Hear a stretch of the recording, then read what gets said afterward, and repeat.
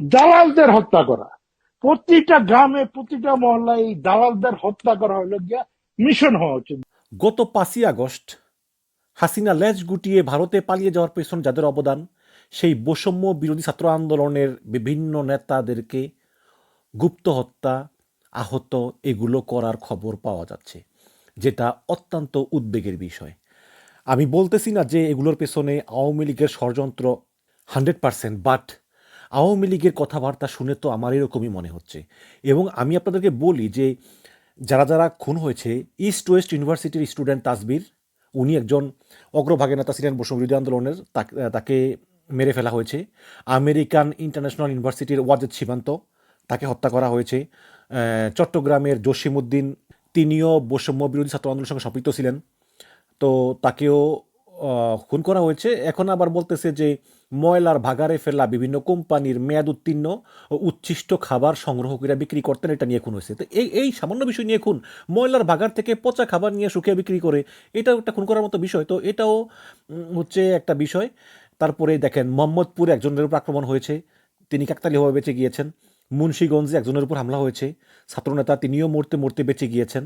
এবং এই সবগুলো কিন্তু কাকতালীয় না, এগুলো কিন্তু সবগুলি আমি মনে করি পরিকল্পিত হত্যাকাণ্ড অথবা হত্যার চেষ্টা, এবং এই সবগুলোর প্যাটার্ন কিন্তু একই রকম, ধারালো অস্ত্র দিয়ে আহত করার চেষ্টা। তো এই বিষয়গুলো নিয়ে কিন্তু আমাদের ভাবতে হবে। দেখুন, আমি বুঝি না সরকার কী করে। হাসিনার আমলে তো এই ধরনের কোনো ঘটনা যদি ছাত্রলীগের উপর ঘটতো, হাসিনা একদম পুলিশ দিয়ে, গোয়েন্দা দিয়ে সম্পূর্ণ চষে বেরিয়ে সব কিছু বের করে ফেলতো। কিন্তু আমাদের স্বরাষ্ট্র উপদেষ্টা তিনি কী করেন তাও বুঝি না। পুলিশ মাঠে আছে, সেনাবাহিনী মাঠে আছে, এখন পর্যন্ত এই ঘটনাগুলোর পেছনের রহস্য কী, কারা জড়িত, এদেরকে গ্রেপ্তার করার কোনো উদ্বেগ আমি সরকারের ভিতর দেখি না।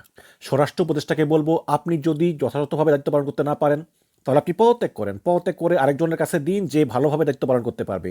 এত মাস হয়ে গেল, এখন পর্যন্ত যদি সরকার এইভাবে আইন শৃঙ্খলা রক্ষা করতে পদক্ষেপ না নেয়, যাদের আন্দোলনের কারণে আমরা একটা ফ্যাসিবাদ মুক্ত দেশ পেলাম, এবং যেই 2000 ছাত্র জনতা জীবন দিয়েছে, 10,000-এর মতো পঙ্গু, এবং এই আওয়ামী লীগের যে হায়নারা, তারা এই যে এই 2,000 লোককে হত্যা করলো, তারপরেও কিন্তু ওদের রক্ত পিপাসা মিটে নাই।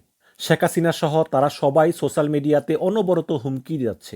আপনারা নিশ্চয়ই শেখ হাসিনার বিভিন্ন কনভারসেশনে দেখেছেন যে শেখ হাসিনা কীভাবে অনবরত প্রতিশোধ নেওয়ার হুমকি দিচ্ছেন। তিনি বলেছেন যে তিনি আবার ক্ষমতায় আসতে পারলে একটারেও তিনি ছাড়বেন না, ধরে ধরে প্রতিশোধ নিবেন, ফাঁসি দিবেন, ফাঁসিতে ঝুলাবেন। এবং একটা কনভারসেশনে তিনি এও বলেছেন যে তোমরা কিছু করো না কেন, সব কি খুলে বলতে হয়? অপর প্রান্তে একজন ছিলেন আওয়ামী লীগের কোন পর্যায়ে আমি জানি না, তাকে হাসিনা ফোনে বলতেছেন যে সব কিছু কি খুলে বলতে হয়, তোমরা বসে আছো কেন? কাজে এইভাবে কিন্তু এই গুপ্ত হত্যার উস্কানি দিচ্ছেন। 15 বছর ধরে এত গুম খুন করেছেন, তারপরে এই বৈষম্য বিরোধী আন্দোলনে যেভাবে তিনি ছাত্রলীগ এবং পুলিশ দিয়ে প্রায় 2,000-এর মতো ছাত্র জনতাকে হত্যা করেছেন, তারপরেও তার তৃপ্তি মিটেনি। আপনাদের নিশ্চয়ই খেয়াল আছে, 7ই জানুয়ারি নির্বাচনের আগে, সম্ভবত অক্টোবর মাসের দিকে, রাজশাহী অঞ্চলে অনেকগুলো গুপ্ত হত্যা হয়, বিশেষ করে জামায়াত নেতাদের উপরে। এই সবগুলো কিন্তু করেছে এই শেখ হাসিনা। তো এদের তো এই গুপ্ত হত্যার অভ্যাস আছেই। এবং এই গুম খুন তদন্ত কমিশন যে রিপোর্ট দিয়েছে, সেখানে উঠে এসেছে কি ভয়াবহভাবে শেখ হাসিনা এই গুম খুনগুলি করাতেন, অত্যন্ত নৃশংসভাবে, এবং বেশিরভাগের লাশই এই সিমেন্টের বস্তা বেঁধে নদীতে ফেলে দিতেন। তো এগুলো তো আমরা দেখেছি।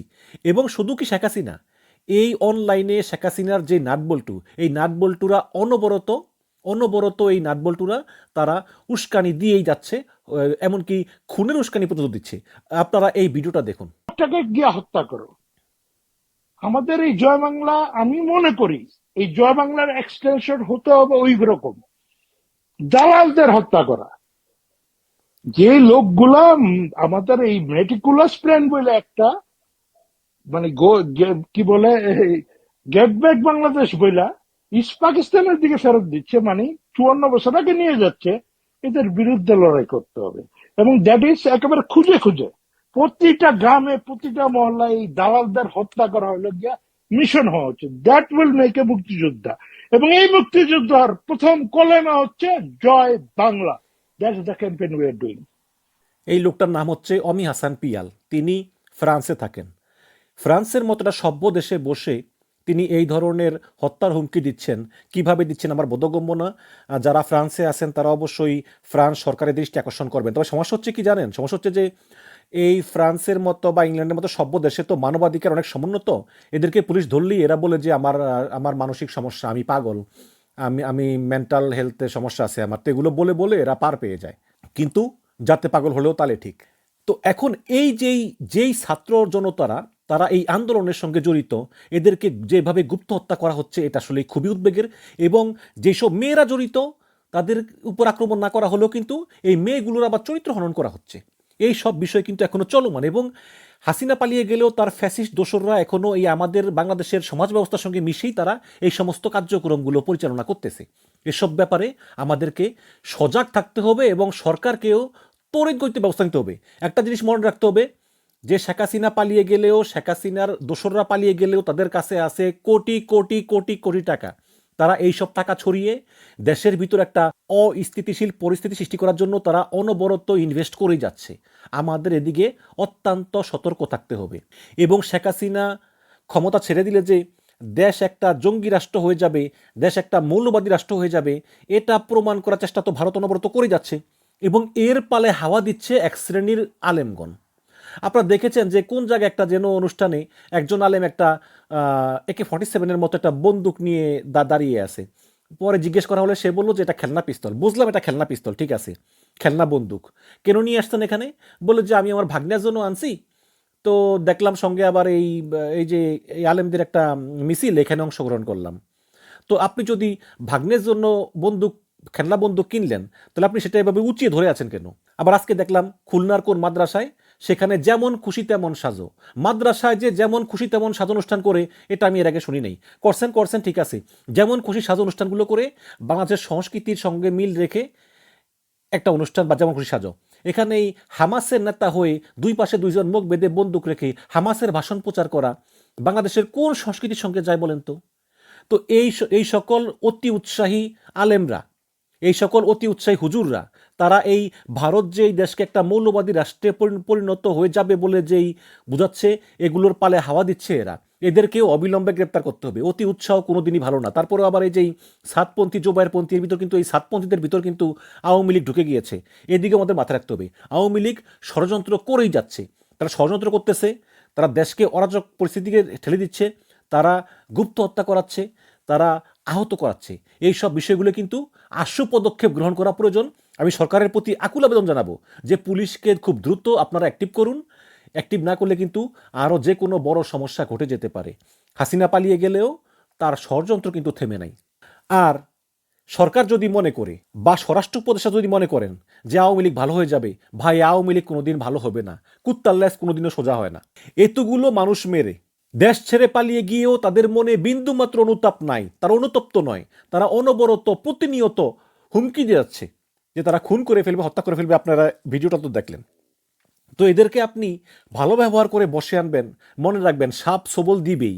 সাপকে আপনি দুধ কলা দিচ্ছেন, পোষ মারাচ্ছেন, সাপ সবল দিবেই।